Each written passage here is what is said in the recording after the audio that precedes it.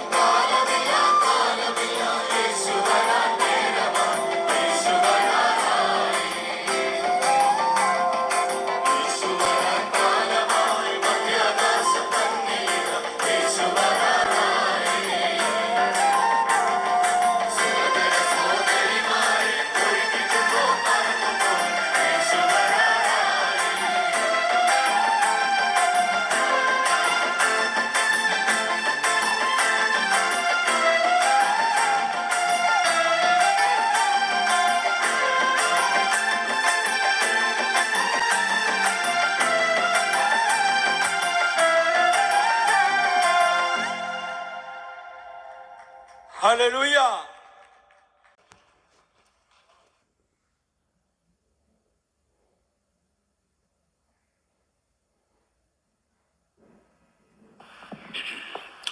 അനുഗ്രഹീതമായ ഈ സുവിശേഷ യോഗങ്ങളുടെ രാത്രി ദൈവവചനവുമായി ഇവിടെ നിൽപ്പാൻ ദൈവം തന്ന ആയുസ്സിനും ആരോഗ്യത്തിനും അവസരത്തിനുമായിട്ട് കർത്താവിന് സ്തോത്രം ചെയ്യുന്നു. രാത്രിയിലെ യോഗാധ്യക്ഷൻ ബഹുമാന്യനായ കർത്താവിൻ്റെ ദാസൻ പാസ്റ്റർ ജോയി ഗീവർഗീസ്, ഏറ്റവും ആദരണീയരായ കർത്താവിൻ്റെ ദാസന്മാർ pastor John George, pastor Jimmy Kuriakose, pastor Bijoy Kuriakose, pastor KK Mathew, എനിക്ക് മുമ്പ് ദൈവവചനം ആധികാരികമായി ശുശ്രൂഷിച്ച ബഹുമാന്യനായ കർത്താവിൻ്റെ ദാസൻ പാസ്റ്റർ ഡിലു ജോൺ,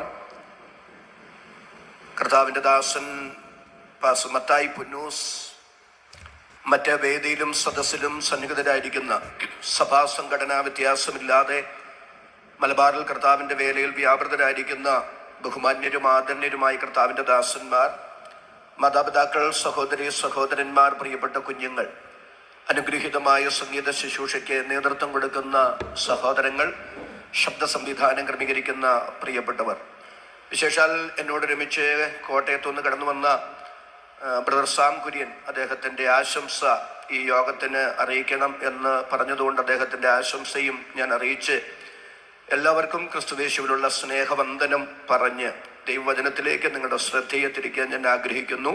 വിശുദ്ധ യോഹന്നാന്റെ സുവിശേഷം 14-ാം അധ്യായം അതിന്റെ 27-ാമത്തെ വാക്യം. വിശുദ്ധ യോഹന്നാന്റെ സമാധാനം ഞാൻ നിങ്ങൾക്ക് തന്നേച്ചു പോകുന്നു, എന്റെ സമാധാനം ഞാൻ നിങ്ങൾക്ക് തരുന്നു, ലോകം തരുന്നത് പോലെയല്ല ഞാൻ നിങ്ങൾക്ക് തരുന്നത്. മതി. സന്തോഷത്തോടെ ദൈവമക്കളെ കരവും ശബ്ദവും ഉയർത്തി നന്ദിയോടെ ദൈവത്തിന് സ്തോത്രം ചെയ്യാം.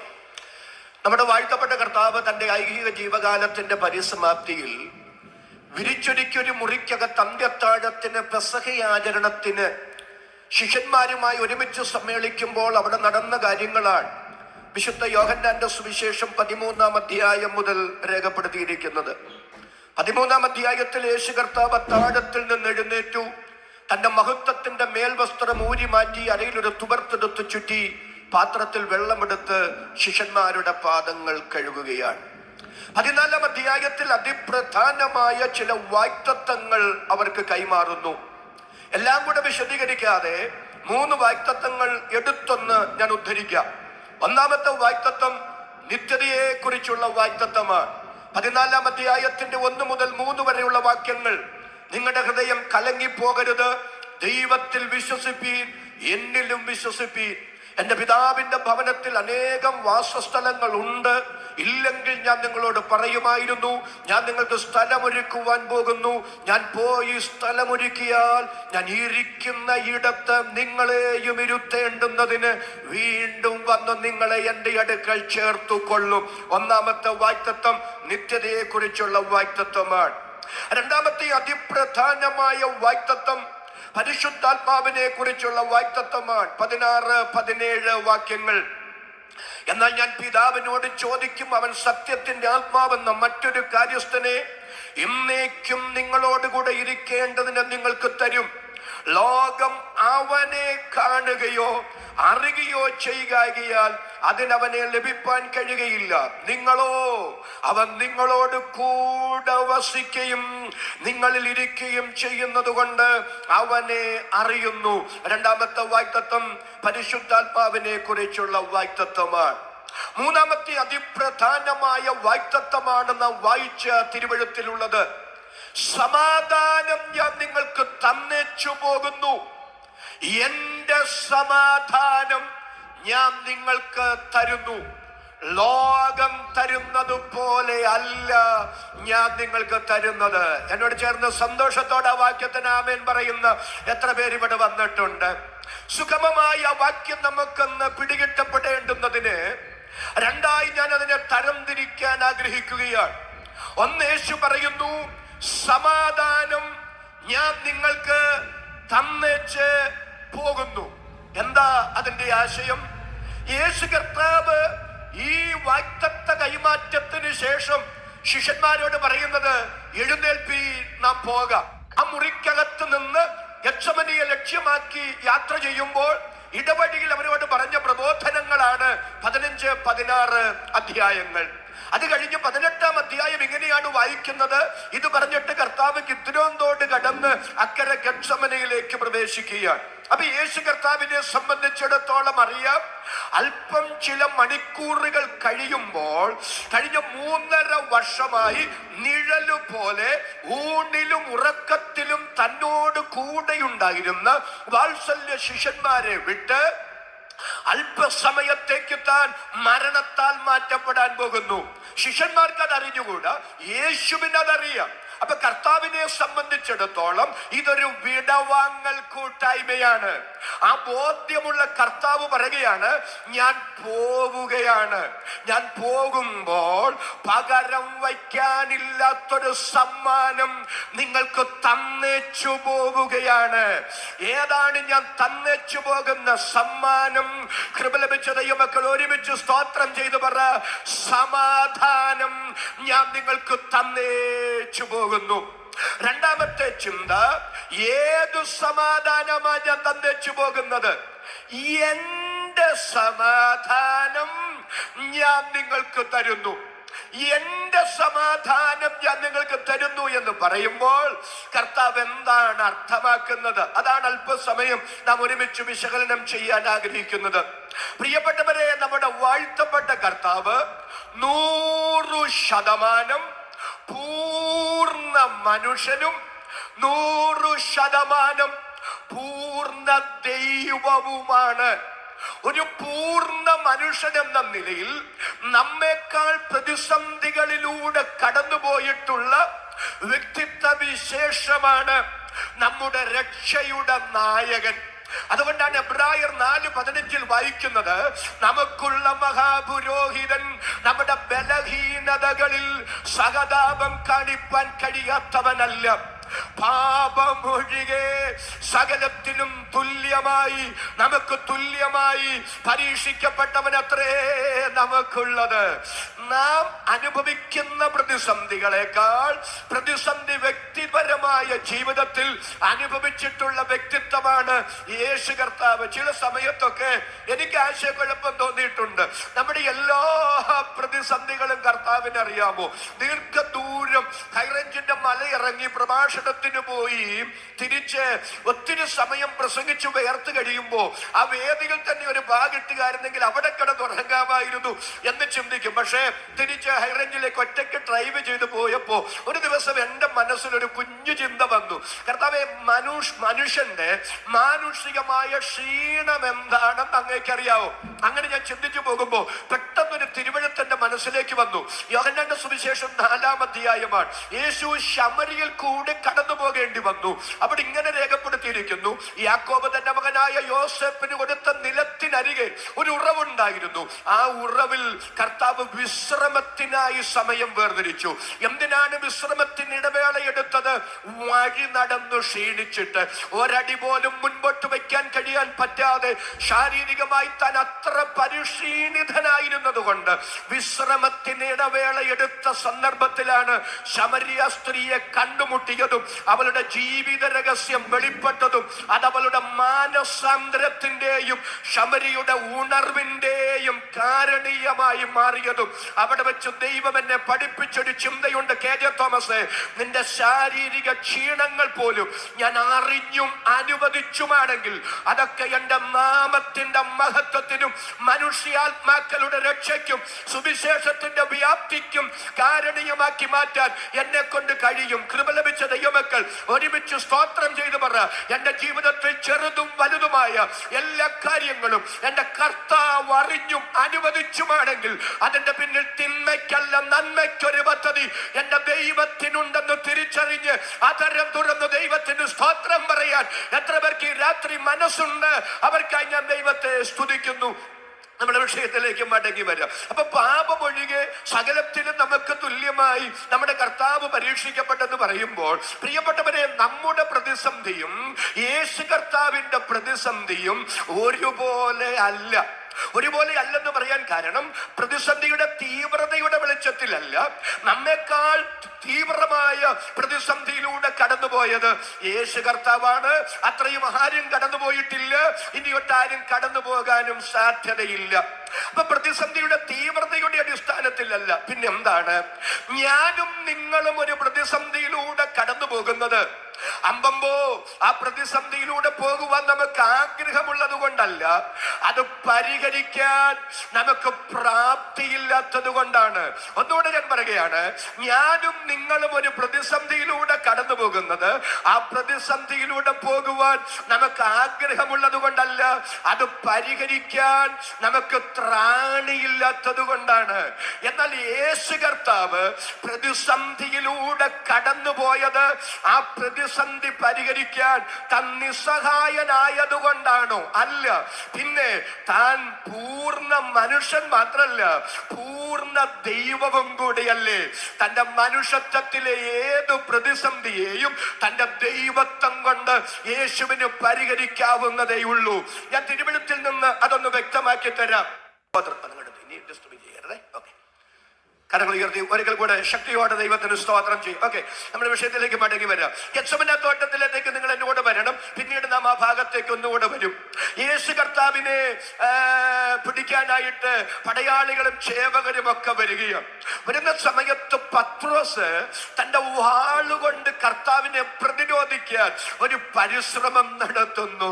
ഉടനെ കർത്താവ് പത്രോസിനോട് പറയുകയാണ്, പത്രോസേ, വാൾ ഉറയിലിട്, വാളെടുക്കുന്നവൻ വാളാൽ നശിക്കും. ഇനി എന്റെ കൊച്ചു ഗ്രാമീണ ഭാഷ പറയാ, കുഞ്ഞെ, നിന്റെ വിചാരം എന്താ? എനിക്ക് ഈ പ്രതിസന്ധിയിൽ നിന്ന് രക്ഷപ്പെടണമെന്ന് ആഗ്രഹം ഉണ്ടെങ്കിൽ നിന്റെ വാളിന്റെ വക്കാലത്ത് വേണമെന്നോ? വേണ്ട. എനിക്ക് ഈ പ്രതിസന്ധിയിൽ നിന്ന് രക്ഷപ്പെടാൻ നിന്റെയോ നിന്റെ വാളിന്റെയോ സഹായം വേണ്ട. ഞാനിപ്പം മുകളിലേക്ക് നോക്കിയാൽ 12 ലഗ്യോണിലധികം ദൂതന്മാർ ഇവിടേക്ക് ഇറങ്ങി വരാൻ റെഡിയായി നിൽക്കുകയാണ്. ഒരു ലഗ്യോൺ എന്ന് പറഞ്ഞാൽ 6000 12 ലഗ്യോൺ എന്ന് പറഞ്ഞാൽ 72,000.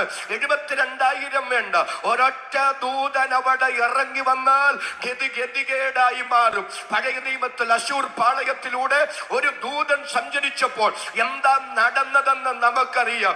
എന്റെ കർത്താവ് ആധാരം കൊണ്ട് കൽപ്പിക്കേണ്ട, ഒരാംഗ്യമെങ്കിലും കാണിച്ചാൽ ഇറങ്ങി വരാൻ 72,000 ദൂതന്മാർ റെഡിയായി നിൽക്കുകയാണ്. പക്ഷേ തന്റെ പ്രതിസന്ധിയെ, തന്റെ മാനുഷിക പ്രതിസന്ധിയെ ദൂതന്മാരെ ഇറക്കി യേശു പരിഹരിച്ചില്ല.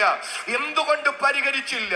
താൻ ഈ പ്രതിസന്ധിയിലൂടെ കടന്നു പോകണമെന്നുള്ളത് ദൈവപിതാവിന്റെ തിരുഹിതമാണെന്നറിഞ്ഞ് യേശു സമ്പൂർണമായ ദൈവഹിതത്തിന് തന്നെ വിധേയപ്പെടുത്തി കൊടുത്തു.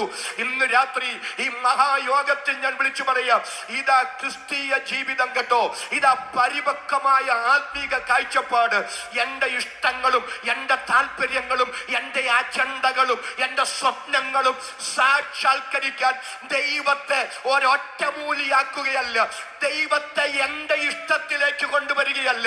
അതിനപ്പുറത്ത് എന്നെ കുറിച്ചുള്ള ദൈവഹിതമെന്തോ അതിന് സമ്പൂർണമായി വിധേയപ്പെടുത്തി കൊടുക്കുന്നതാണ് ക്രിസ്തീയ ജീവിതത്തിന്റെ മർമ്മമെന്ന് ഇന്ന് രാത്രി തിരിച്ചറിഞ്ഞ് അതരം തുറന്ന് ദൈവത്തിന് സ്തോത്രം പറയാൻ മനസ്സുള്ള എത്ര പേര് ഇവിടെ വന്നിട്ടുണ്ട്? അവരെ കരവും ശബ്ദവും ഉയർത്തി ഒരിക്കൽ കൂടി ദൈവത്തിന് സ്തോത്രം ചെയ്യുക. ഞാൻ തിരുവഴുത്തിൽ നിന്ന് അതിനോട് ചേർത്തൊരു ചിന്ത വെക്കുകയാണ്. പഴയ നിയമ ചിന്തയാണ്. ദൈവം അബ്രഹാമിനോട് പറയുകയാണ്, അബ്രഹാമേ, നീ സ്നേഹിക്കുന്ന നിന്റെ മകനുണ്ടല്ലോ ഇസ്ഹാക്കിനെ കൂട്ടിക്കൊണ്ട് മോറിയ മൽദേശത്ത് ഞാൻ കൽപ്പിക്കുന്ന ഇടത്ത്, ഞാൻ കാണിക്കുന്ന ഇടത്ത് അവനെ ഹോമയാഗം കഴിക്കണം. അബ്രഹാം മകനുമായി യാത്ര പുറപ്പെടുകയാണ്. പലപ്പോഴും ഞാൻ ആ ഭാഗം എന്റെ മനസ്സിൽ കാണും കേട്ടോ. ജീവിത പങ്കാളിയായ സാറായോട് പറയാൻ പറ്റുന്നില്ല എവിടേക്ക് പോകുന്നെന്ന്, എന്തിനു പോകുന്നെന്ന്. കൂടെ നടക്കുന്ന ബാല്യക്കാരുണ്ടല്ലോ, അവർ 3 ദിവസം ഒപ്പമുണ്ട്. ഒട്ടിയും പറ്റിയും തട്ടിയും മുട്ടിയും അവരുണ്ട്. പക്ഷെ അവരോട് പറയാൻ പറ്റുന്നില്ല എവിടേക്കാണ്, എന്തിനാണ് പോകുന്നതെന്ന്. എന്തിനേറെ പറയുന്നു, ആ മലയുടെ കയറ്റം കയറി പോകുമ്പോ ഇസ്ഹാക്ക് ചോദിക്കുന്നൊരു ചോദ്യമുണ്ട്. അപ്പൊ തീയുണ്ട്, വിറകുണ്ട്. ഹോമയാഗത്തിനുള്ള ആട്ടിൻകുട്ടി എവിടെ? അപ്പോഴും മകനെ, യഹോവ തനിക്ക് ഹോമയാഗത്തിന് ഒരു ആട്ടിൻകുട്ടിയെ കരുതുമെന്ന് അബ്രഹാം പറയുമ്പോൾ നമ്മൾ പലപ്പോഴും പറയുന്നത് അതൊരു വിശ്വാസത്തിന്റെ പദമാണെന്നാണ്. പക്ഷേ ഞാൻ അതിനെ മറിച്ചു പറയുകയാണ്. അതൊരു വിശ്വാസത്തിന്റെ പദമായിരിക്കാം, പക്ഷെ അതിനേക്കാൾ ഗൗരവമായ ഒരു ചിന്ത അവിടെ ഉണ്ട്. അതൊരു വിശ്വാസത്തിന്റെ പദം എന്നതിനേക്കാൾ അതൊരു പരിഹാര മാർഗമാണ്. കുഞ്ഞെ, നീയാണ് ആ യാഗവസ്തു എന്ന് അപ്പന് മകനോട് തുറന്നു പറഞ്ഞാൽ കൊള്ളാവുന്നുണ്ട്. പക്ഷെ ആ സത്യം തുറന്നു പറഞ്ഞാൽ മകൻ വേദനിക്കും. കാരണം ഇപ്പോൾ തന്നെ അവന്റെ ചുമലിൽ വിറക് കെട്ടുന്ന ഭാരമുണ്ട്. അതിനിടയ്ക്ക് ഞാനാണ് ആ യാഗവസ്തു എന്ന് മകൻ അറിഞ്ഞു കഴിയുമ്പോൾ അവനുണ്ടാകുന്ന വേദന എന്താകുമെന്ന് ഊഹിക്കാൻ കഴിയാത്തത് കൊണ്ട് ആ പിതൃഹൃദയത്തിൽ നിന്ന് അപ്പൻ പറയുന്ന പരിഹാര മാർഗമാണ് യഹോവ കരുതിക്കൊള്ളുമെന്ന പദപ്രയോഗം. പ്രിയപ്പെട്ടവരെ, പുറമേ നോക്കിയാൽ അബ്രഹാമിൽ ഒരു ഭാരവും കാണാനില്ല. ലോകം നോക്കിയിട്ട് പറയും, മനുഷ്യനായി ജീവിക്കുകയാണെങ്കിൽ ഇദ്ദേഹത്തെ പോലെ ജീവിക്കണം.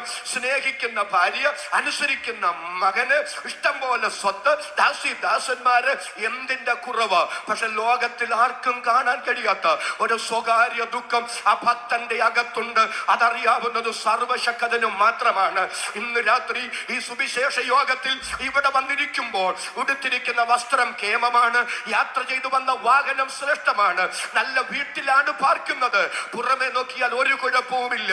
എന്നാൽ ലോകത്തിൽ ആരോടും തുറന്നു പറയാൻ കഴിയാത്ത ഏതെങ്കിലും സ്വകാര്യ വ്യഥകളിലൂടെ ഇന്ന് രാത്രി കടന്നു പോകുന്ന ആരെങ്കിലും ഉണ്ടെങ്കിൽ ദൈവത്തിന്റെ പരിശുദ്ധാത്മാവ് ഈ രാത്രി വചനത്തിന്റെ ദൂത് നിങ്ങളുടെ തലയിൽ കൈവച്ചെന്ന വണ്ണം വിളിച്ചു പറയുന്നു, നിന്റെ സ്വകാര്യ വ്യഥകളുടെ നടുവിൽ നിനക്ക് വേണ്ടി ചലിക്കുന്ന ഒരു കരമുണ്ട്. അത് അത്യുന്നതനായ ദൈവത്തിന്റെ കരമാണെന്ന് തിരിച്ചറിഞ്ഞ് ആത്മാവിൽ ദൈവത്തിന് ആധാരം തുറന്ന് സ്തോത്രം ചെയ്ത് പ്രതികരിക്കാൻ മനസ്സുള്ള എത്ര പേര് ഇന്ന് രാത്രി ഇവിടെ വന്നിട്ടുണ്ട്? അവർക്കായി ഞാൻ ദൈവത്തിന് സ്തോത്രം ചെയ്യുന്നു. ആരോടും തുറന്നു പറയാൻ കഴിയാത്ത ചില സ്വകാര്യ വ്യഥകളുടെ തീവ്രതകളിലൂടെ കടന്നു പോകുന്ന ചിലരോട് ഇന്ന് രാത്രി ദൈവത്തിന്റെ പരിശുദ്ധാത്മാവ് അതിശക്തമായ ദൈവാലോചന വിളിച്ചു പറയുന്നു. ചില സ്വകാര്യ വ്യഥകളുടെ നടുവിൽ സർവശക്തന്റെ ഇടപെടൽ സംഭവിക്കുന്നതിന് താങ്കൾ സാക്ഷ്യം വഹിക്കാൻ പോകുന്നു എന്ന് ഇന്ന് രാത്രി പോഷ്കില്ലാത്ത ദൈവത്തിന്റെ ആത്മാവ് വചനത്തിന്റെ ദൂത് വിളിച്ചു പറയുമ്പോൾ എന്നോട് ചേർന്ന് ആമേൻ പറയുന്ന എത്ര പേർ ഇവിടെ വന്നിട്ടുണ്ട്? അവർക്കായി ഞാൻ ദൈവത്തെ സ്തുതിക്കുന്നു. യേശുവിന്റെ നാമത്തിൽ അതങ്ങനെ സംഭവിക്കട്ടെ. Glory Jesus. അപ്പനും മകനും കൂടെ മോറിയ മലയുടെ മുകളിൽ എത്തി കേട്ടോ. ഒരു യാഗം മോറിയായിൽ നടന്നിട്ടില്ല. കർമ്മേലിൽ ഏലിയാവിന് യാഗപീഠം പുതുക്കി പണിയേണ്ടതായിട്ടേ വന്നുള്ളൂ. കാരണം അവിടെ യാഗം മുമ്പ് നടന്നിട്ടുണ്ട്. മോറിയായിൽ ആദ്യമായി ഒരു യാഗം നടക്കുകയാണ്. തിരുവെഴുത്ത് പറയുന്നത് അബ്രഹാം യാഗപീഠം പണിതെന്നാണ്. ആ മോറിയ മലയുടെ വിവിധ ഭാഗങ്ങളിൽ നിന്ന് അബ്രഹാം കല്ല് പെറുക്കിക്കൊണ്ടുവന്ന് യാഗപീഠം പണിയുകയാണ്. ഇസ്ഹാക്ക് കൂട്ടത്തിൽ കൂടി കാണും. പക്ഷെ അബ്രഹാം കല്ല് പെറുക്കുമ്പോൾ ഇസ്ഹാക്കിന്റെ കണ്ണ് പാടി നോക്കുന്നത് എവിടേക്കാന്നറിയാമോ? അപ്പം പറഞ്ഞിട്ടുണ്ട്, ഹോമയാഗത്തിന് ദൈവം ഒരാട്ടിൻകുട്ടിയെ കരുതുമെന്ന്. അപ്പൊ കല്ല് പെറുക്കി അബ്രഹാം നടക്കുമ്പോ കൂടെ നടക്കുന്ന ഇസ്ഹാക്ക് നോക്കുന്നത് കല്ല് മാത്രല്ല, കല്ലിന് മുകളിൽ വെക്കണ്ട, ഈ ഹോമയാഗത്തിന് മുകളിൽ വെക്കണ്ട ആട്ടിൻകുട്ടി എവിടെ എന്നാണ് ഇസ്ഹാക്ക് നോക്കുന്നത്. പക്ഷെ കല്ല് പെറുക്കി നടന്ന അബ്രഹാമോ കൂടെ നടന്ന് കണ്ണുകൊണ്ട് പരതിയ ഇസ്ഹാക്കോ ദൈവം കരുതിയ ആടിനെ കണ്ടില്ല. പക്ഷെ ഒരു കാര്യം ഞാൻ പറയാം, കല്ല് പെറുക്കി നടന്നപ്പോ കണ്ടില്ലെങ്കിലും പ്രതീക്ഷിച്ച സമയത്തെ കരുതൽ അവരുടെ കണ്ണിൽ വെളിപ്പെട്ടില്ലെങ്കിലും അവരുടെ തൊട്ടടുത്ത് കൊമ്പുകൾ മുള്ളുകൾക്കിടയിൽ കുരുങ്ങി ഒരാടിനെ ദൈവത്തിന്റെ കരുതലിനെ എന്റെ ദൈവം ഒളിപ്പിച്ചു വെച്ചിട്ടുണ്ടായിരുന്നു. ഇന്ന് രാത്രി എന്റെ മാന്യ സഹോദര, ഇന്ന് രാത്രി എന്റെ മാന്യ സഹോദരി, നിങ്ങൾ പ്രതീക്ഷിച്ച സമയത്ത് പലതും സംഭവിച്ചില്ല, പലതും വെളിപ്പെട്ടില്ല എന്നുള്ളത് കൊണ്ട് നിരാശയകത്ത് കയറണ്ട. പരിശുദ്ധാത്മാവ് ഈ രാത്രി വിളിച്ചു പറയുന്നു, താങ്കൾക്ക് വേണ്ടി കരുതപ്പെട്ടതും ദൈവ സമയം വരെ, ദൈവത്തിന്റെ സമയത്ത് വെളിപ്പെടേണ്ടുന്നവിടം വരെ ഒളിച്ചിരിക്കുന്നതുമായ ചില ദൈവ പദ്ധതികൾ ഉണ്ട്. ഇന്ന് രാത്രി പരിശുദ്ധാത്മാവ് പ്രവചനമായി ഈ ദൈവാലോചന വിളിച്ചു പറയുന്നു, താങ്കൾക്ക് വേണ്ടി കരുതപ്പെട്ടതും സമയത്ത് വെളിപ്പെടുന്നിടം വരെ ദൈവത്താൽ മറയപ്പെട്ടതുമായ ചില ദൈവ പദ്ധതികളുണ്ട്. ഇന്നും മറയപ്പെട്ടിരിക്കുന്നെങ്കിലും മറനീക്കി വെളിപ്പെടുന്ന ചില ദൈവിക കരുതൽ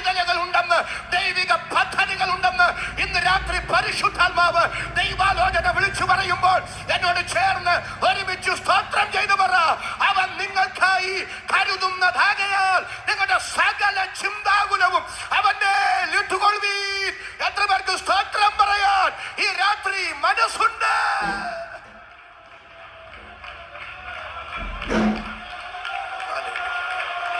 ഹല്ലേലൂയ.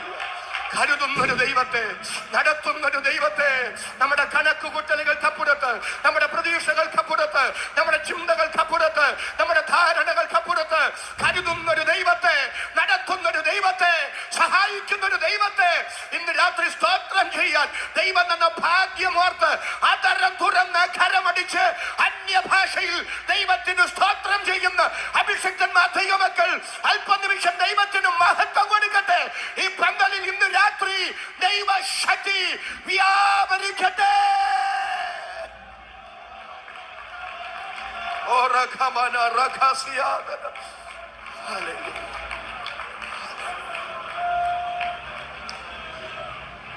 ഞാൻ ഭാവനയിൽ ബൈബിൾ വായിക്കുമ്പോൾ ആ ഭാഗം ചിന്തിക്കും കേട്ടോ.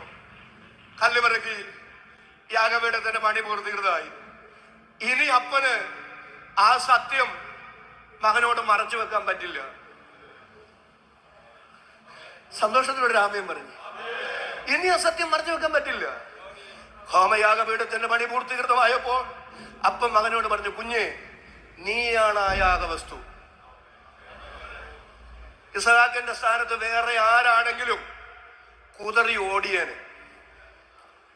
കാരണം ഓടാനുള്ള ന്യായങ്ങൾ അദ്ദേഹത്തിന് ഒത്തിരി നിരത്താനുണ്ട്. അപ്പ ഇതുവരെ എന്നാ പറഞ്ഞു? ഇതുവരെ എന്നാ പറഞ്ഞ് സ്വോത്രം ചെയ്തെന്ന് പറ. ദൈവം കരുതൂ, ദൈവം കരുതൂ എന്ന് പറഞ്ഞിട്ട് ഇപ്പൊ പറയാ ഞാനാണ്. ഇത് നേരത്തെ അങ്ങ് പറഞ്ഞിരുന്നെങ്കിൽ ഞാനൊരു മാനസിക തയ്യാറെടുപ്പ് നടത്തിയേനെ. അല്ലേ? എന്തെല്ലാം ഉപാധികള് ഇസ്ഹാക്കിന് പറയാനുണ്ട്. എന്നാൽ ഇസ്ഹാക്കിന്റെ പ്രായം ഏറ്റവും കുറഞ്ഞൊരു 33 വയസ്സെങ്കിലും പ്രായം.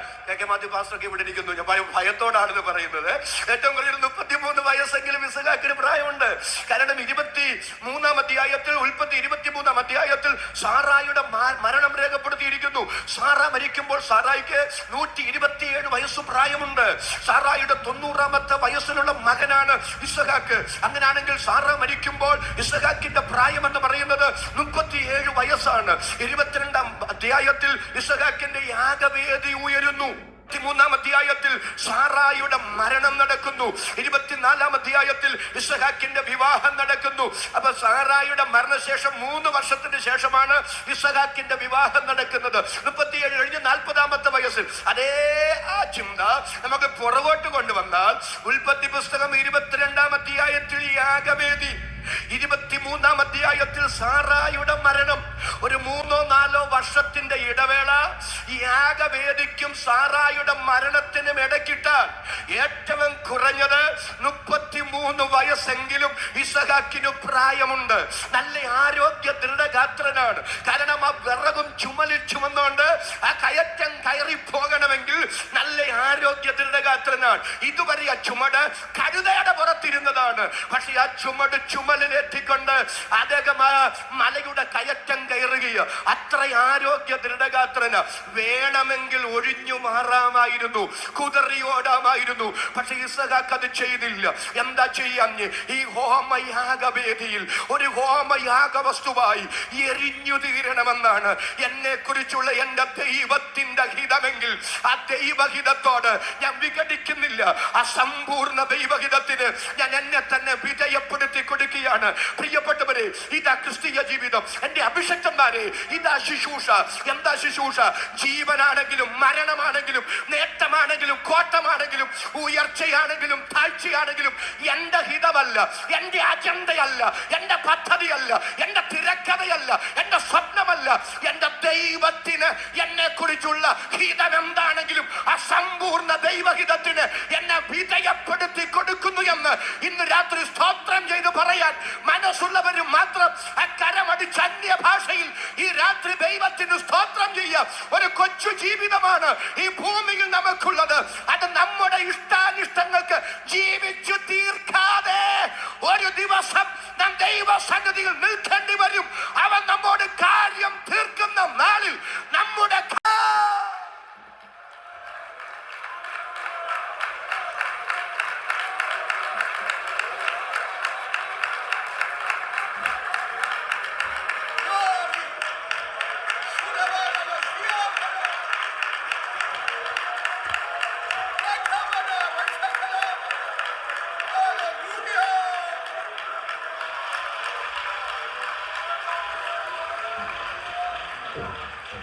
എന്റെ ഹൃദയം നന്ദിയാൽ നിറയുന്നു പ്രിയരെ. ഒന്നുകൂടെ ഞാൻ ആവർത്തിച്ച് ഉള്ളം നൊന്തു പറയുകയാണ്, ഒരു കൊച്ചു ജീവിതമാണ് ഈ ഭൂമിയിൽ നമുക്കുള്ളത്. ഇത്ര നാൾ നാം ജീവിച്ചിരുന്നു, ഇനി എത്ര നാൾ നമ്മുടെ മുൻപിലുണ്ട് നമുക്കറിഞ്ഞൂടാ. ജീവദാതാവായ ദൈവത്തിന് മാത്രമേ അതറിയൂ. എല്ലാവരും ആ കരങ്ങൾ മുകളിലേക്കൊന്ന് ഉയർത്തിപ്പിടിക്കാമോ?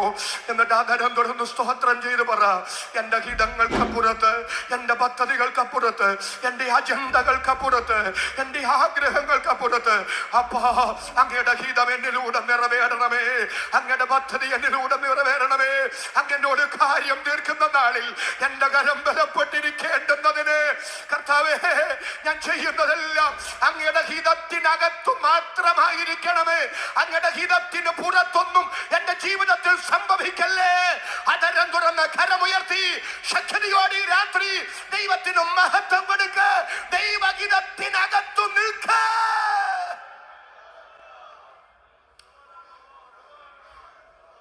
പൂർണ്ണ മനുഷ്യൻ എന്ന നിലയിൽ തന്റെ മനുഷ്യത്വത്തിലെ പ്രതിസന്ധി തന്റെ ദൈവത്വം കൊണ്ട് പരിഹരിക്കാമായിരുന്നിട്ടും യേശു അത് ചെയ്യാതെ താൻ ഈ പ്രതിസന്ധിയിലൂടെ കടന്നു പോകണമെന്നുള്ളത് ദൈവപിതാവിന്റെ തിരുവിഷ്ടമാണെന്നറിഞ്ഞ് സമ്പൂർണ്ണ ദൈവഹിതത്തിന് യേശു വിധേയപ്പെടുത്തി കൊടുത്തു. അങ്ങനെ ഒരു മനുഷ്യൻ എന്ന നിലയിൽ ദൈവഹിതത്തിന് വിധേയപ്പെട്ട് ജീവിക്കുമ്പോൾ തന്റെ പ്രതിസന്ധികളുടെ നടുവിൽ യേശു കർത്താവിനും ഒരു മനുഷ്യൻ എന്ന നിലയിൽ സമാധാനം അനിവാര്യമായിരുന്നു. എന്റെ സമാധാനം ഞാൻ നിങ്ങൾക്ക് തരുന്നെന്ന് പറഞ്ഞാൽ അന്തരീക്ഷത്തിൽ നിന്ന് ചിലരൊക്കെ പുഷ്പമെടുത്ത് തരുന്നത് പോലെ ഇല്ലാത്തതെന്തോ ഞാൻ നിങ്ങൾക്ക് തരുന്നെന്നല്ല, എന്റെ പ്രതിസന്ധിയിൽ ഒരു മനുഷ്യൻ എന്ന നിലയിൽ ഞാൻ അനുഭവിച്ച എന്റെ സമാധാനം ഞാൻ നിങ്ങൾക്ക് തന്നേച്ചു പോകുന്നു. അത് അനുഭവിക്കുന്ന എത്ര അഭിഷക്തന്മാർ, എത്ര ദൈവമക്കൾ ഇന്ന് രാത്രി ഇവിടെ വന്നിട്ടുണ്ട്. അവരെ കരവും ശബ്ദവും ഉയർത്തി ഒരിക്കൽ കൂടി ദൈവത്തിന് സ്തോത്രം ചെയ്യുക. ദൈവത്തിന് നന്ദി. ഞാനതൊന്നുകൂടെ ഒന്ന് വിശദീകരിക്കാൻ കേട്ടോ. യേശു കർത്താവ് ഒരു മനുഷ്യൻ എന്ന നിലയിൽ അനുഭവിച്ച പ്രതിസന്ധി, ആ പ്രതിസന്ധിയിൽ അനുഭവിച്ച സമാധാനം വ്യാഖ്യാനപരമായിട്ടാണ് ഞാനതിനെ വിശകലനം ചെയ്യാൻ ആഗ്രഹിക്കുന്നത്. എന്റെ വിഷയം നിങ്ങൾക്കൊന്ന് വ്യക്തമാക്കപ്പെടാൻ. യേശു കർത്താവും ശിഷ്യന്മാരും കൂടെ അക്കരയ്ക്ക് ഒരു യാത്ര ചെയ്യുകയാണ്. അക്കരയ്ക്ക് യാത്ര ചെയ്യുമ്പോൾ സുഖമമായ യാത്രയാണ്. ആദ്യമൊക്കെ യേശു ആ പടകിന്റെ അമരത്ത് തലവെച്ച് സുഖമായി ഉറങ്ങിയാണ്. അല്പസമയം കഴിഞ്ഞപ്പോ കാറ്റു വീശി അടിക്കാൻ തുടങ്ങി. തിര തള്ളി കയറുകയാണ്. ആ പടക് മുങ്ങുകയാണ്. ഞാൻ ആ ശിഷ്യന്മാരുടെ ഹൃദയം എപ്പോഴും ഓർക്കും, അവരെന്തും നല്ല മനുഷ്യരാ. ഒരാമേനെന്ന് പറ. കർത്താവിനോടൊരു പരിഗണന അവർ കാണിച്ചു. കാരണം എത്രയോ ദിവസങ്ങളായി വിശ്രമമില്ലാതെ കർത്താവ് ശുശ്രൂഷയില്ല. ഈശോ മിശിഹ വിശ്രമിച്ചോട്ടെ, ഞങ്ങൾക്ക് ഈ പ്രതിസന്ധി പരിഹരിക്കാൻ പറ്റും. കാരണം ആ തോന്നലിൽ അവരെ കുറ്റം പറയാൻ പറ്റില്ല. ഇവരിൽ മഹാഭൂരിപക്ഷം മത്സ്യബന്ധന പശ്ചാത്തലത്തിൽ നിന്ന് യേശുവിന്റെ ശിഷ്യത്വത്തിലേക്ക് വന്നിട്ടുള്ളവരാണ്. ഇന്നലകളിൽ ഇവരുടെ തൊഴിലിനോടുള്ള ബന്ധത്തിൽ ഇതുപോലെ ഒട്ടനവധി പ്രതിസന്ധികളെ അവർ അഭിമുഖീകരിച്ചിട്ടുണ്ട്. അതിനെയൊക്കെ അവർ പരിഹരിച്ചിട്ടുമുണ്ട്. അപ്പൊ ഈ പ്രതിസന്ധിയെ പരിഹരിക്കാൻ ഇന്നലെയുടെ പരിചയം അവർക്ക് കൈമുതലായിട്ടുണ്ട്. ഈ പ്രതിസന്ധി പരിഹരിക്കാൻ ഇപ്പോൾ അവർ പരിശ്രമിക്കുകയും ചെയ്യുന്നുണ്ട്. പക്ഷെ അല്പസമയം കഴിഞ്ഞപ്പോഴാണ് മനസ്സിലാകുന്നത്, ഇന്നലെയുടെ പരിചയം കൊണ്ടും ഇന്നിന്റെ പരിശ്രമം കൊണ്ടും ഈ വിഷയം പരിഹരിക്കപ്പെടില്ല. ഇതിൽ സർവശക്തൻ ഇടപെട്ടേ പറ്റൂ. ഇന്ന് രാത്രി വചനത്തിന്റെ ദൂത് ഞാൻ വിളിച്ചു പറയുകയാണ്. നിങ്ങൾ അകപ്പെട്ടിരിക്കുന്ന ചില പ്രതിസന്ധിയിൽ നിന്ന് പുറത്തു വരാൻ മാനുഷികമായി ചെയ്യേണ്ടതെല്ലാം ചെയ്ത് ഒരു പരിഹാരവുമില്ലാതെ, ഒരെത്തും പിടിയുമില്ലാതെ ഇനി എന്തെന്ന ചോദ്യത്തിന്റെ മുമ്പിൽ പകച്ചു നിൽക്കുന്ന ആരെങ്കിലും ഇതിനകത്ത് ഈ രാത്രി വന്നിട്ടുണ്ടെങ്കിൽ പരിശുദ്ധാത്മാവ് പറയുന്നു, താങ്കളുടെ പരിചയം പരാജയപ്പെട്ടെടുത്ത്, പരിശ്രമം വിഫലമായ ഇടത്ത് എന്റെ ദൈവത്തിന്റെ ഇടപെടൽ ഉണ്ടായിട്ട് ഈ യഹോവയാൽ സംഭവിച്ചു, മനുഷ്യരുടെ ദൃഷ്ടിയിൽ ആശ്ചര്യവുമായിരിക്കുന്നു എന്ന് തുള്ളിച്ചാടി സ്തോത്രം ചെയ്ത് പറയത്തക്ക നിലയിൽ ഒരു ദൈവപ്രവൃത്തി പ്രതീക്ഷിച്ചു കൊള്ളാൻ ഇന്ന് രാത്രി ദൈവാത്മാവ് വചനത്തിന്റെ ദൂത് വിളിച്ചു പറയുമ്പോൾ എന്നോട് ചേർന്ന് ആമേൻ പറഞ്ഞു പ്രതികരിക്കുന്ന എത്ര പേര് ഈ രാത്രി ഇവിടെ വന്നിട്ടുണ്ട്? അവർക്കായി ഞാൻ ദൈവത്തെ സ്തുതിക്കുന്നു. ഇന്ന് രാത്രി ഈ ദൂത് എഴുതി വെച്ചുകൊള്ളുക. അവര് പരാജയപ്പെട്ടിട്ട് കർത്താവിനെ തട്ടി വിളിച്ച ചോദ്യം, ഹൃദയസ്പർശി ആയ ഒരു ചോദ്യം, നാഥ, ഞങ്ങൾ നശിച്ചു പോകുന്നതിൽ അങ്ങേക്ക് വിചാരം ഇല്ലയോ? ലൈവ് പോകുന്നുകൊണ്ട് എനിക്ക് ഒത്തിരി തുറന്നു പറയുന്നതിൽ ബുദ്ധിമുട്ടുണ്ട്. രാമേൻ എന്ന് പറ, കാരണം ഈ തെറ്റായി വ്യാഖ്യാനിച്ചെന്നൊക്കെ പറയും, മൊത്തം കേൾക്കാതെ സന്ദർഭത്തിൽ നിന്ന് അടർത്തി മാറ്റി. അതുകൊണ്ട് ഒരു പേടിയാ. എന്നാലും പറയാണേ, ഈ കാര്യത്തിൽ അവരുടെ ഭാഗത്ത് അല്പം ന്യായമില്ലേ? ഒരാമേനൊന്ന് പറ. എന്റെ പൊന്ന് കർത്താവെ, കടൽ ഇതുപോലെ ഇളകി മറിഞ്ഞിട്ട്, കാറ്റ് ഇതുപോലെ വീശി അടിച്ചിട്ട്, തിര ഇതുപോലെ തള്ളിക്കയറിയിട്ട് ഈ പ്രതിസന്ധിയിൽ നിന്ന് രക്ഷപ്പെടാൻ കയ്യും മെയ്യും മറന്ന് ഞങ്ങൾ ഇതുപോലെ പരിശ്രമിച്ചിട്ട് ഇതൊന്നും അറിയാത്തതുപോലെ ഇങ്ങനെ ഉറങ്ങണമെന്നുണ്ടെങ്കിൽ ഞങ്ങളെ കുറിച്ച് അങ്ങേക്ക് ഒരു വിചാരവും. 27 വർഷമായി സഭാ ശുശ്രൂഷ ചെയ്യുന്ന ഒരാളാണ് ഞാൻ. ദൈവദാസന്മാരെ, ഒരു വേളയെങ്കിലും നിങ്ങളുടെ അകത്തും ദൈവമേ, ദൈവം പോലും എന്നെ കൈവിട്ടോ, ദൈവമക്കളെ ഒന്ന് ചിന്തിച്ച്, ദൈവം പോലും എന്നെ മറന്നോ എന്നൊക്കെ ഒരു വേളയെങ്കിലും ചിന്തിക്കാത്ത ആരെങ്കിലും ഉണ്ടെങ്കിൽ എന്റെ പ്രിയരെ, നിങ്ങൾ യോഗം കഴിഞ്ഞ് പോകല്ലേ. നിങ്ങളെ എനിക്കൊന്ന് കാണണം, നിങ്ങളെ കൊണ്ട് എനിക്ക് വേണ്ടി ഒന്ന് പ്രാർത്ഥിപ്പിക്കണം. നിങ്ങൾ എത്ര കരുത്തരായ മനുഷ്യരാണല്ലേ. സങ്കീർത്തനക്കാരൻ പറയുന്നുണ്ട്, യഹോവേ, നീ ദൂരത്ത് നിൽക്കുന്നത് എന്ത്? ദൈവമേ, നീ എന്നെ മറന്നു കളഞ്ഞതെന്ത്?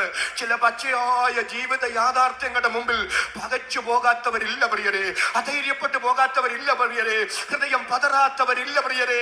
ഇവര് പറയുകയാണ്, നാഥ, ഞങ്ങൾ നശിച്ചു പോകുന്നതിൽ അങ്ങക്ക് വിചാരമില്ലയോ? എന്നാൽ എന്റെ മറുവശം ഞാൻ ചോദിക്കുകയാണ്, കർത്താവിന് വിചാരമുണ്ടോ? സന്തോഷത്തോടെ ആമേൻ പറഞ്ഞു. കർത്താവിന് വിചാരമുണ്ടോ? വിചാരമേ ഉള്ളൂ. അവരെ കുറിച്ച് വിചാരം ഉണ്ടെന്നുള്ളതിന്റെ തെളിവെന്താണ്? യേശു എവിടെ തലവെച്ചെന്ന്? അമരത്ത് തലവെച്ചെന്ന്. എന്തിനാ ഈ അമരത്ത് തലവെച്ചത്? അത് സുഖമായി ഉറങ്ങാൻ മാത്രമല്ല, വേറൊരു കാരണം കൂടെ ഉണ്ട് കേട്ടോ. ഒരു കപ്പലിന്റെ, ഒരു പടകിന്റെ പ്രധാന സ്ഥാനമെന്ന് പറയുന്നത് അമരമാണ്.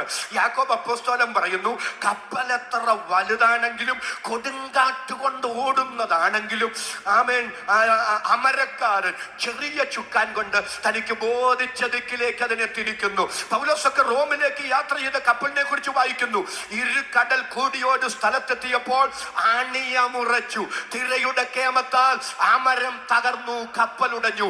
അമരം തകർന്നാൽ ഒരു കപ്പലിനും നിലനിൽപ്പില്ല, അമരം തകർന്നാൽ ഒരു പടകിനും നിലനിൽപ്പില്ല. ഇവരുടെ ചോദ്യം, ഞങ്ങൾ നശിച്ചു പോകുന്നതിൽ അങ്ങേക്ക് വിചാരമില്ലേ? വിചാരമുണ്ടോ? ഉണ്ട്. എന്താ തെളിവ്? യേശുവിന്റെ തല അമരത്താണ്.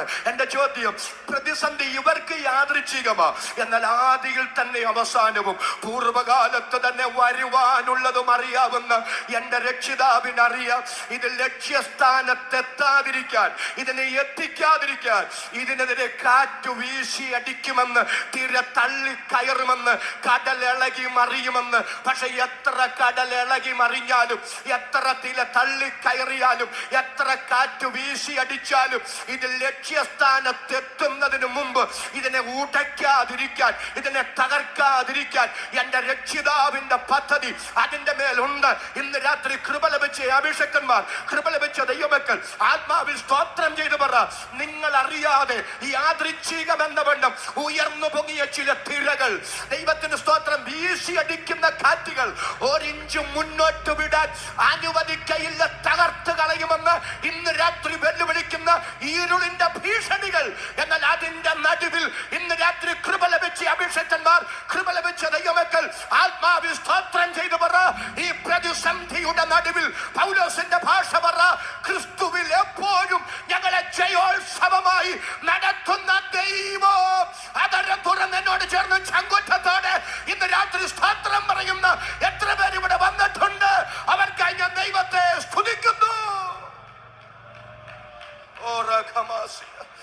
അഭിഷിക്തന്മാരെ, ടിങ് ടിങ്. അമ്മ മെസ്സേജ്.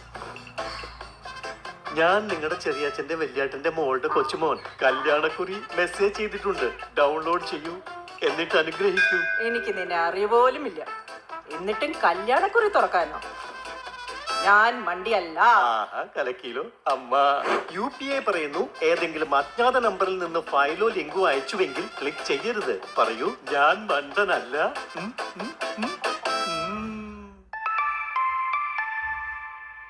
ചെല്ലു, നിങ്ങളും ആരെങ്കിലും ടെസ്റ്റ് ചെയ്യൂ. प्रोटीन के लिए चिकन जरूरी नहीं है। इस मील में 15 से 19 ग्राम तक का प्रोटीन मिलता है। बताता हूँ कौन सी मील है ये। अगर इसकी रेसिपी चाहिए ना तो कमेंट में रेसिपी लिख देना। എന്റെ പ്രിയപ്പെട്ട ദൈവദാസന്മാരെ, എന്റെ പ്രിയപ്പെട്ട ദൈവമക്കളെ, പിറകോട്ടിറങ്ങി തിരിഞ്ഞൊന്ന് ചിന്തിച്ച്, വീശിയടിച്ച കാറ്റുകളും ഉയർന്നു പൊങ്ങിയ തിരകളും മുന്നിൽ വെളിപ്പെട്ട പ്രതിസന്ധികളും എത്ര ഭയാനകങ്ങളായിരുന്നു. എന്നാൽ ആ പ്രതിസന്ധിയൊക്കെ അതിജീവിച്ച് ഇന്ന് രാത്രിയും ഇവിടെ വന്നിരിക്കുന്നത് മനക്കരുത്തു കൊണ്ടല്ല കേട്ടോ, വിളിച്ച ദൈവം വിശ്വസ്തനായതുകൊണ്ടാണെന്ന് ഇന്ന് രാത്രി സ്തോത്രം ചെയ്ത് പറയാൻ മനസ്സുള്ള എത്ര ദൈവമക്കൾ ഇവിടെയുണ്ട്. സങ്കടം മാറട്ടെ, നിരാശ മാറട്ടെ, ഉയർന്നു പൊങ്ങിയ തിരകൾ, തള്ളിക്കയറുന്ന തിരകൾ, ഉയർന്നു പൊങ്ങുന്ന ദൈവത്തിന് സ്തോത്രം, തിരകൾ വീശിയടിക്കുന്ന കാറ്റുകൾ മനസ്സും മടിപ്പിക്കത്തക്ക നിലയിൽ, ഹൃദയം ക്ഷീണിപ്പിക്കത്തക്ക നിലയിൽ പല പ്രവർത്തനങ്ങളും ദൈവം തന്ന നിയോഗങ്ങളും ഇട്ടെറിഞ്ഞു പോയാലോ എന്ന് ചിന്തിക്കത്തക്ക നിലയിൽ, താങ്കളെ നിരാശപ്പെടുത്തത്തക്ക നിലയിൽ നിങ്ങൾക്കെതിരെ ഉയർന്നു പൊങ്ങുന്ന ചില തിരകളുടെ നടുവിൽ, വീശിയടിക്കുന്ന ചില കാറ്റുകളുടെ നടുവിൽ ദൈവം തന്ന നിയോഗങ്ങൾ, ദൈവം തന്ന മിനിസ്ട്രികൾ, നിങ്ങളെ കുറിച്ചുള്ള ദൈവത്തിന്റെ പദ്ധതികൾ എന്റെ ദൈവം പൂർത്തീകരിക്കുമെന്ന് പരിശുദ്ധാത്മാവ് പ്രവചനമായി ഈ രാത്രി ദൂത് വിളിച്ചു പറയുമ്പോൾ കരമടിച്ച അന്യഭാഷയിൽ ഈ രാത്രി സ്തോത്രം ചെയ്യാൻ മനസ്സുള്ളവർ ഒരുമിച്ച് ദൈവത്തിന് സ്തോത്രം ചെയ്യട്ടെ. പരിശുദ്ധാത്മാവ് ഈ രാത്രി ചിലരെ ഉറപ്പിക്കുകയാണ്.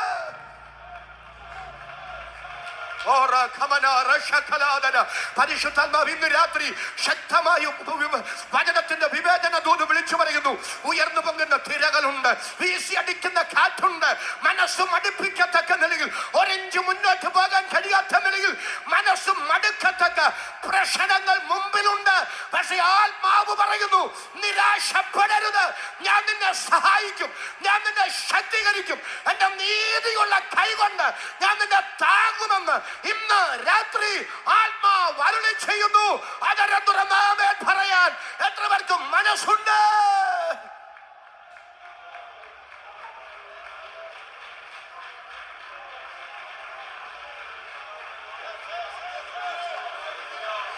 യേശുവിന്റെ നാമത്തിൽ പരപ്രേരണ കൂടാതെ പരിശുദ്ധാത്മാവ് ഇന്ന് രാത്രി എന്നോട് സംസാരിക്കുന്നെന്ന്, എന്നെ ഉറപ്പിക്കുന്നെന്ന്, എന്നെ വിവേചിക്കുന്നെന്ന് നിങ്ങൾക്ക് ഉറപ്പുണ്ടെങ്കിൽ എന്തിനധരം കൂട്ടിയിരിക്കുന്നു? അധരം തുറന്ന അന്യഭാഷയിൽ ഈ രാത്രി ദൈവത്തിന് സ്തോത്രം ചെയ്യ്. കരമടിച്ചിന്ന് രാത്രി ദൈവത്തിന് നന്ദി പറ. ദൈവം ചിലരെ ഉറപ്പിക്കുകയാണ്, ദൈവം ചിലരെ ധൈര്യപ്പെടുത്തുകയാണ്.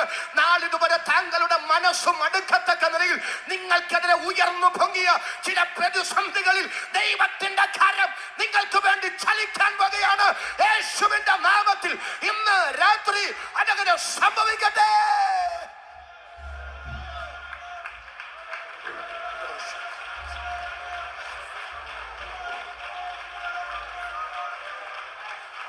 പരിശുദ്ധാത്മാവിനോട് വാക്കിങ്ങനെ പറയുന്നു, നിങ്ങളെ വിളിക്കുന്നവൻ വിശ്വസ്തനാകുന്നു. ഒരുമിച്ചൊന്ന് സ്തോത്രം ചെയ്തു പറ. ഈ ഭാഗം ദൈവമക്കൾ ഒരുമിച്ച്, അഭിഷേകന്മാർ ഒരുമിച്ചൊന്ന് സ്തോത്രം ചെയ്തു പറ. നിങ്ങളെ വിളിക്കുന്നവൻ വിശ്വസ്തനാകുന്നു. എല്ലാവരും ആ കരം ഉയർത്തിപ്പിടിച്ച് ആ കരങ്ങൾ തുടർന്ന് ഇന്ന് രാത്രി ഇരുളിന്റെ ശക്തികൾ കേൾക്കെ ആമേൻ വിളിച്ചു പറ. ഞങ്ങളെ വിളിക്കുന്നവൻ വിശ്വസ്തനാകുന്നു. ഞാൻ ആരെ വിശ്വസിച്ചിരിക്കുന്നു എന്ന് ഞാൻ അറിയുന്നു. അവൻ എന്റെ ഉപനിധി. ആ ദിവസം വരെ അവൻ ശക്തനെന്ന് ഞാൻ ഉറച്ചുമിരിക്കുന്നു.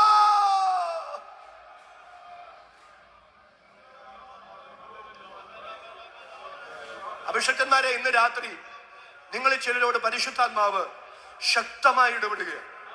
ഇന്ന് ഉയർന്നു പൊങ്ങുന്ന പ്രതിസന്ധികൾ, ഇന്ന് വീശിയടിക്കുന്ന കാറ്റുകൾ നിങ്ങളുടെ മനസ്സും മടുക്കത്തക്ക നിലയിൽ, നിങ്ങളെ നിരാശപ്പെടുത്തക്കത്തക്ക നിലയിൽ ഇന്ന് രാത്രി നിങ്ങൾ അനുഭവിക്കുന്ന ചില പ്രതിസന്ധികൾ ഉണ്ടല്ലോ, ഇതിനെ ഓവർടേക്ക് ചെയ്യും, ഇതിനെ അതിജീവിക്കും, ഇതിനെ മറികടക്കും. നിങ്ങളെക്കുറിച്ചുള്ള ദൈവത്തിന്റെ പദ്ധതികൾ, ദൈവിക ഹിതങ്ങൾ, ദൈവിക നിർണയങ്ങൾ എൻ്റെ ദൈവം നിവർത്തിക്കും. അധരം തുറന്ന് ആമേൻ പറഞ്ഞ് അതിനോട് പ്രതികരിക്കാൻ മനസ്സുള്ള എത്ര പേര് ഈ രാത്രി ഇവിടെ ഉണ്ട്? ദൈവത്തിന്റെ പരിശുദ്ധാത്മാവ് തലയിൽ കൈവച്ചെന്ന വണ്ണം ഈ ദൈവാലോചന വിളിച്ചു പറയുന്നു, തങ്ങളെ വിളിച്ച ദൈവം വിശ്വസ്തനാണ്.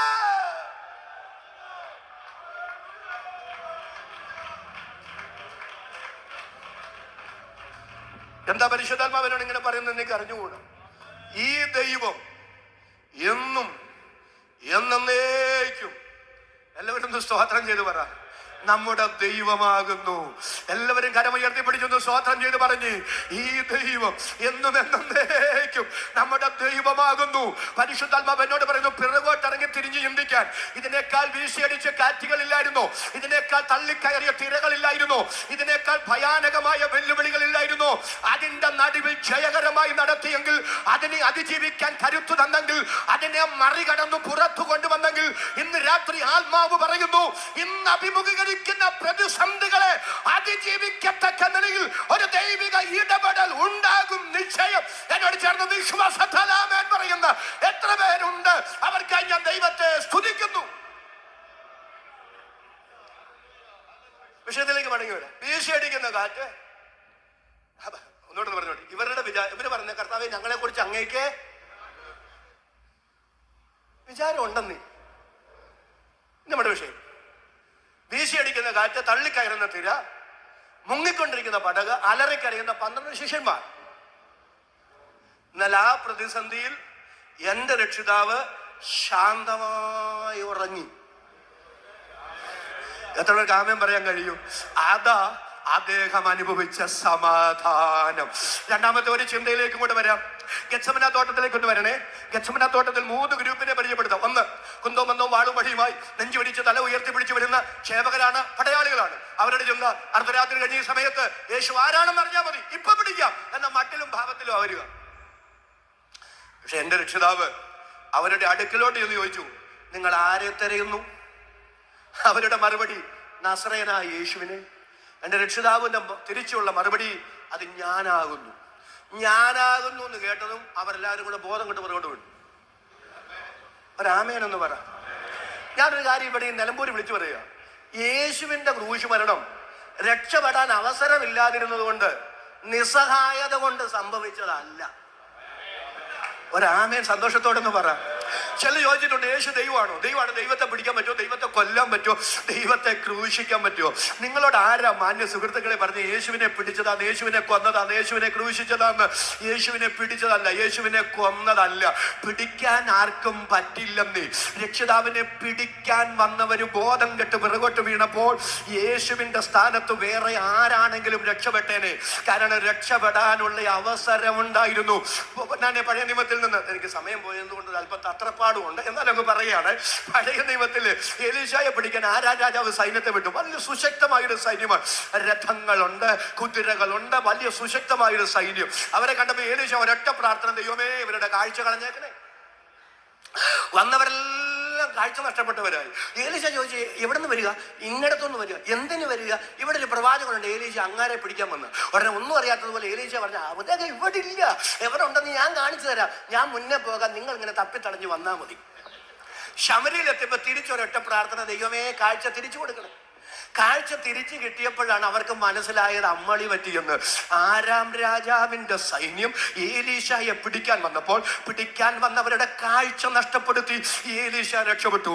എന്നാൽ എന്റെ പൊന്നു കർത്താവിനെ പിടിക്കാൻ പടയാളികളും സേവകരും വരുമ്പോൾ, ഞാനാകുന്നു എന്ന് അരുളി ചെയ്യുമ്പോൾ, അവന് പിറകോട്ട് വീഴുമ്പോൾ രക്ഷപ്പെടാൻ അവസരമുണ്ടായിരുന്നിട്ടും അവസരം മുതലാക്കാതെ, രക്ഷപ്പെടാതെ ഇന്ന് എന്നെ പിടിച്ചോളാൻ പറഞ്ഞ് യേശു ഏൽപ്പിച്ചു കൊടുത്തത്.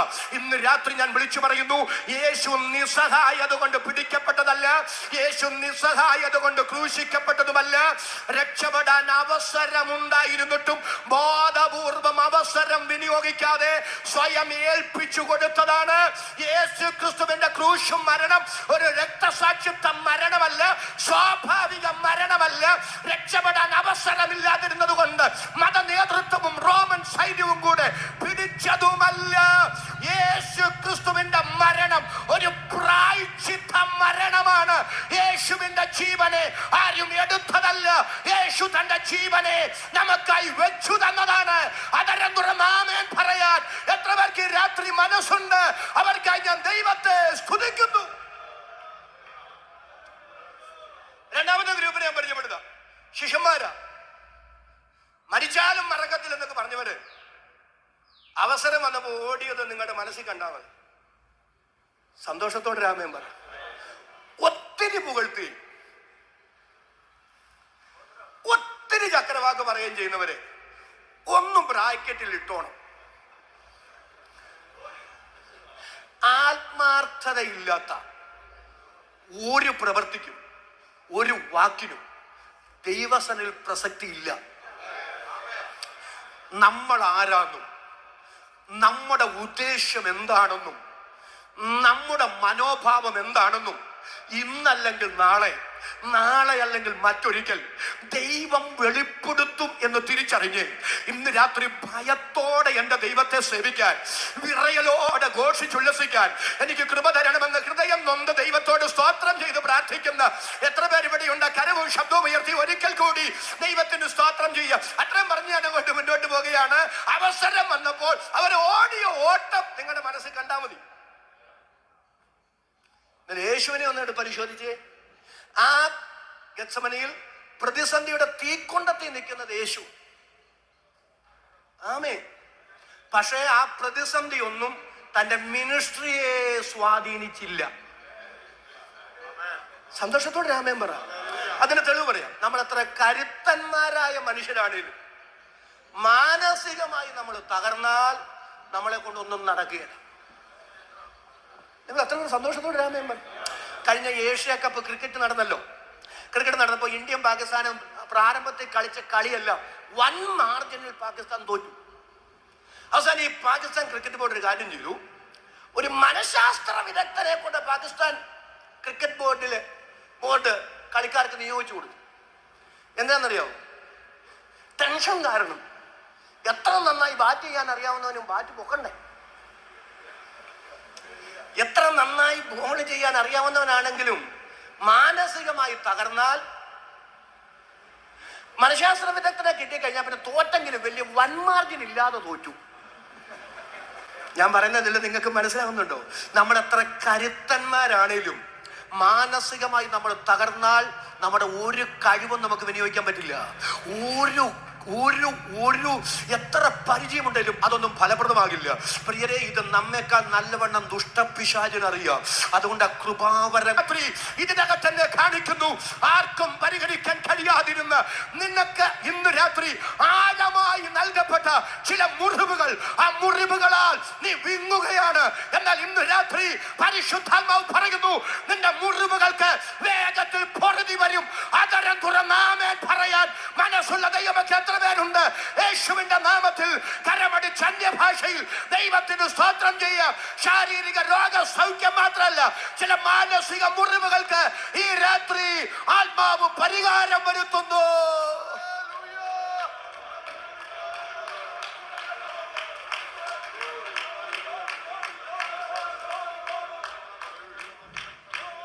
കർമ്മയുക്ത ശക്തിയോടെ രാമേൻ പറയാമോ? ഇവിടെ ചിന്തകൂടെ പറഞ്ഞ് അവസാനിപ്പിക്കാം. കർത്താവ് ആ മുറിവ് പരിഹരിച്ചു. ചെവി യഥാസ്ഥാനം തൊട്ടിച്ചു കൊടുത്തു. ഇവിടെ ശ്രദ്ധിച്ചു. ഒരു കാര്യം എന്ന് പറയാനാ, ദേവദാസമായിട്ടൊരു ദൂത തന്റെ പ്രതിസന്ധി യേശു പരിഹരിച്ചില്ല, പക്ഷെ മൽക്കോസിന്റെ പ്രതിസന്ധി പരിഹരിച്ചു. ശുശ്രൂഷയുടെ വശം ഇതാ. എനിക്ക് എത്ര പ്രാവശ്യം അവധം വന്നിരുന്നു, എത്ര രോഗികൾ പ്രാർത്ഥിക്കാൻ വന്നപ്പോൾ എന്റെ പ്രാഗൽഭ്യം നഷ്ടപ്പെട്ടത്. എന്റെ പൊന്നു കർത്താവ്, എനിക്ക് L4 L5 എപ്പോഴും പ്രശ്നമാണ്. ഒരു 45 മിനിറ്റ് ഒക്കെ പ്രസംഗിച്ച് കഴിയുമ്പോൾ എന്റെ ശ്വാസം മുട്ടല. ഞാൻ എങ്ങനെ ഇവർക്ക് വേണ്ടി പ്രാർത്ഥിക്കുന്നേ? ഒരാമേനൊന്ന് പറ. നമ്മുടെ രോഗം മാറിയിട്ട് രോഗികൾക്ക് വേണ്ടി പ്രാർത്ഥിക്കാൻ ഇരിക്കരുത്. നമ്മുടെ പ്രശ്നം മാറിയിട്ട് പ്രശ്നങ്ങളുള്ളവർക്ക് വേണ്ടി പ്രാർത്ഥിക്കാനിരിക്കരുത്.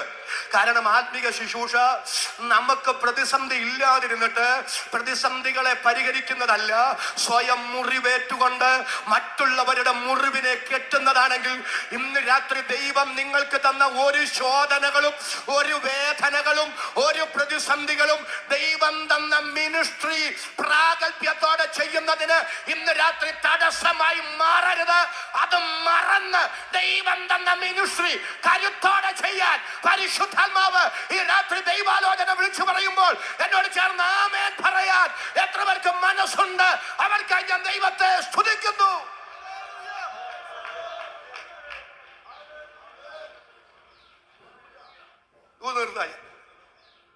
ഒറ്റ ആശയോടെ പറഞ്ഞു. അപ്പൊ ആ പ്രതിസന്ധി പുറമേ ഉണ്ടെങ്കിലും തന്റെ മിനിസ്ട്രിയെ ബാധിച്ചില്ലെന്ന്. അതാ യേശു അനുഭവിച്ച സമാധാനം. ഒരു നല്ല ആമേൻ സന്തോഷത്തോടെ ഒന്ന് പറ. എന്റെ സമാധാനം ഞാൻ നിങ്ങൾക്ക് തന്നേച്ചു പോകുന്നെന്ന് പറഞ്ഞാൽ അർത്ഥം പ്രതിസന്ധി ഇല്ലായ്മയല്ല. ക്രിസ്തീയ ജീവിതത്തിന്റെ മഹത്വം പ്രതിസന്ധികളിൽ അനുഭവിക്കാൻ കഴിയുന്ന കർത്താവ് അനുഭവിച്ച സമാധാനമാണ്. ഇന്ന് രാത്രി അത് അനുഭവിക്കാൻ ഭാഗ്യം കിട്ടിയ ദൈവമക്കളുടെ കരം ഞാൻ ഒന്നുകൂടെ കാണട്ടെ. കരവ് ശബ്ദവും ഉയർത്തി ദൈവത്തിന് നന്ദി പറയാം. ഒരൊറ്റ ചിന്ത പറഞ്ഞ് സമയം പോയതുകൊണ്ട് ഞാൻ പ്രാർത്ഥിക്കും. ഒറ്റ ചിന്ത. യാക്കോബിന്റെ ലേഖനത്തിൽ ഒരു വാക്യമുണ്ട്, സഹിഷ്ണുത കാണിച്ചവരെ നാം ഭാഗ്യവാന്മാരെന്ന് പുകഴ്ത്തുന്നു. എല്ലാവരും നാമേം പറഞ്ഞു പറയാവോ?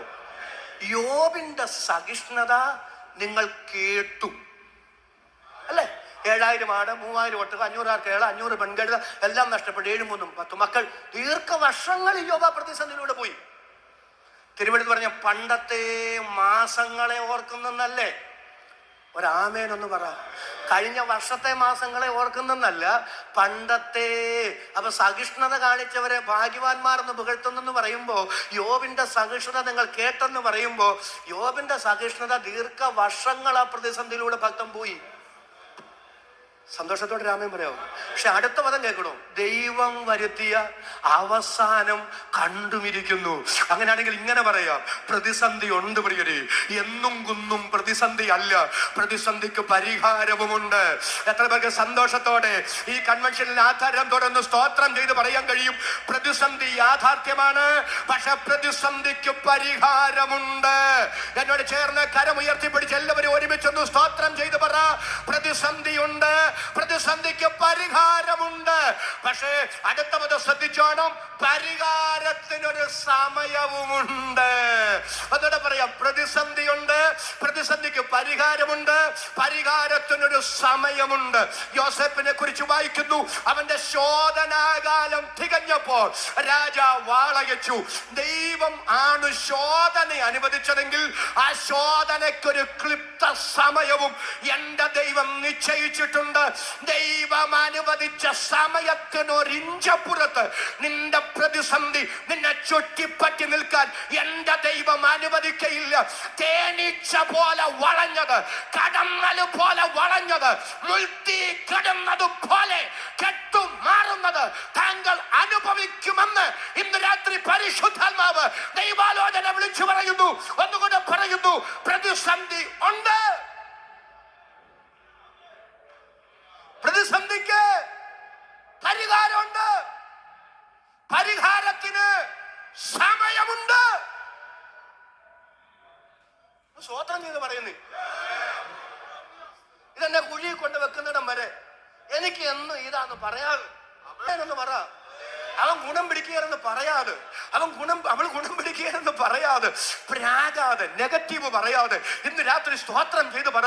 ദൈവം അനുവദിച്ച ശോധനയാണെങ്കിൽ ആ ശോധന അനുവദിച്ചതിന് ദൈവത്തിനൊരു പദ്ധതിയുണ്ട്. ആ പദ്ധതി പൂർത്തീകൃതമാകുമ്പോ ഞാൻ പോലും അറിയാത്ത നിലയിൽ ഭയങ്കരവും അതിശയകരവുമായ നിലയിൽ എന്നെ പുറത്തു കൊണ്ടുവരുന്ന ഒരു ദൈവ പദ്ധതിയുണ്ട്. എന്നോട് ചേർന്ന് തന്റെ എന്റെ അടുത്തോട് ആമേൻ പറയാൻ എത്ര പേർക്ക് മനസ്സുണ്ട്? ശോധനയുണ്ട്, ശോധനയ്ക്കൊരു സമയമുണ്ട്. ഒന്നുകൂടെ പറയാം, പ്രതിസന്ധിയുണ്ട്, പ്രതിസന്ധിക്ക് എന്നോട് ചേർന്ന് ഒരു ആമേൻ പറ. പരിഹാരമുണ്ട്, പരിഹാരത്തിനൊരു സമയമുണ്ട്. സമയത്ത് പരിഹാരം വരുന്നിടം വരെ എന്നെ നിലനിർത്തുന്ന ദൈവിക സമാധാനവുമുണ്ട്. സന്തോഷത്തോടെ ആമേൻ പറയാവോ? പ്രതിസന്ധിയുണ്ട്, പ്രതിസന്ധിക്ക് പരിഹാരമുണ്ട്, പരിഹാരത്തിന് സമയമുണ്ട്. സമയത്ത് പരിഹാരം വരുന്നിടം വരെ എന്നെ നിലനിർത്തുന്ന സമാധാനമുണ്ട്.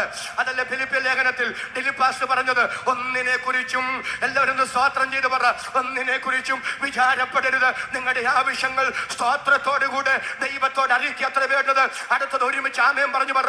എന്നാൽ സകല ബുദ്ധിയെയും കവിയുന്ന ദൈവിക സമാധാനം ലോകത്തിന് തരാൻ കഴിയാത്ത, ലോകത്തിന് അറിയാത്ത, എന്നാൽ രക്ഷിക്കപ്പെട്ടൊരു വിശ്വാസിക്ക് ജീവിതത്തിൽ അനുഭവിക്കാൻ കഴിയുന്ന അതുല്യ ദൈവിക അനുഗ്രഹമാണ് ആ ദൈവിക സമാധാനം.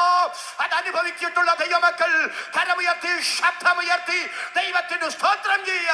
എല്ലാവരും ദൈവസന്നിധിയിൽ ഒന്ന് എഴുന്നേറ്റ് നിൽക്കുക. സമയം ഒത്തിരി പോയെന്ന് എനിക്കറിയാം. കയറി മുൻപോട്ട് കടന്നു വരും. ഒരു ഗാനത്തിന്റെ ഈരടികൾ ഒന്ന് ചേർന്ന് പാടി ആത്മാവിലൊന്ന് സന്തോഷിച്ച് നമുക്ക് മടങ്ങിപ്പോകാം.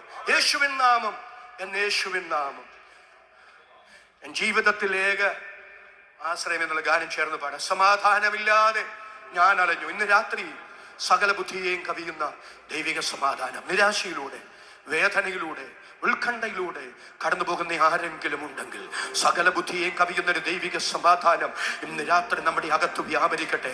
ചില നിരാശയുടെ കടുംകെട്ടുകളെ ഇന്ന് രാത്രി പരിശുദ്ധാത്മാവ് പൊട്ടിച്ചെറിയുന്ന രാത്രിയായി മാറട്ടെ. അത് വിശ്വസിക്കുന്ന എല്ലാവരും അധരങ്ങൾ തുറന്ന് ദൈവത്തിന് സ്തോത്രം ചെയ്യാമോ? എല്ലാ അധരങ്ങളും തുറന്ന് ദൈവത്തിന് സ്തോത്രം ചെയ്യാം. എല്ലാ കരങ്ങളും അടിച്ച് കൊയർന്നോട് ചേർന്ന് ഒരുമിച്ച് പാടി ദൈവത്തിന് നന്ദി പറയാം. എല്ലാ കരങ്ങളും അടിക്കട്ടെ, എല്ലാ അധരങ്ങളും ഇന്ന് രാത്രി ചലിക്കട്ടെ. സമാധാനമില്ല ഞാൻ അലഞ്ഞു, യേശു സമാധാനമായി എന്റെ അരികിൽ വന്നു.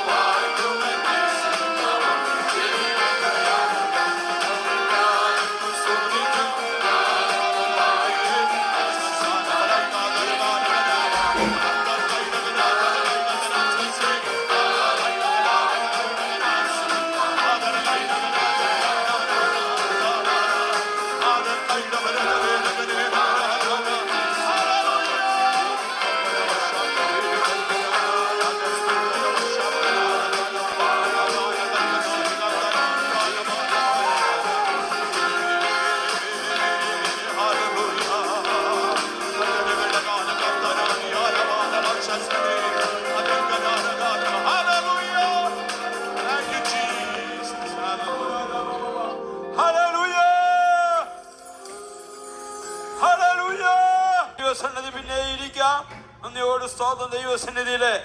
ഹല്ലേലൂയ. നമുക്ക് ആയിരിപ്പാൻ ദൈവം ഇടയാക്കി.